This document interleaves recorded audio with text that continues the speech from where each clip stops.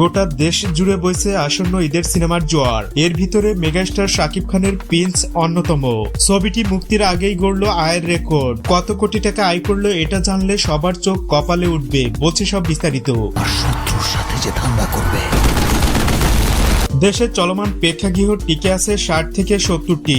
ঈদ আসলে তার দ্বিগুণেরও বেশি হয়। অর্থাৎ অনেক সিনেমা হল আছে যেগুলো সারা বছর বন্ধ থাকে।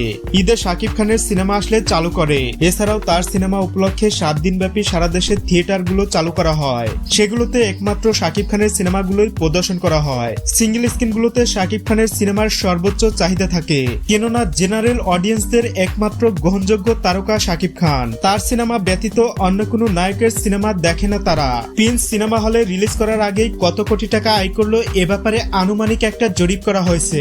আর সেখান থেকে যা জানা গেছে এটা সবাইকে অবাক করার জন্য যথেষ্ট। স্পন্সরশিপ এবং অ্যাডভান্স বুকিং মানি হিসাব করে দেখা গেছে প্রায় 5 কোটি টাকার মতো। শাকিব খান সিনেমায় থাকলে লগ্নির টাকা নিয়ে টেনশন করতে হয় না। মূলত তার জন্যই প্রযোজকরা তার পিছনে কোটি কোটি টাকা বাজি ধরতে প্রস্তুত। তবে এটা কোনো অফিসিয়াল স্টেটমেন্ট নয়, বিভিন্ন তথ্যের ভিত্তিতেই আনুমানিক জরিপ করা হয়েছে।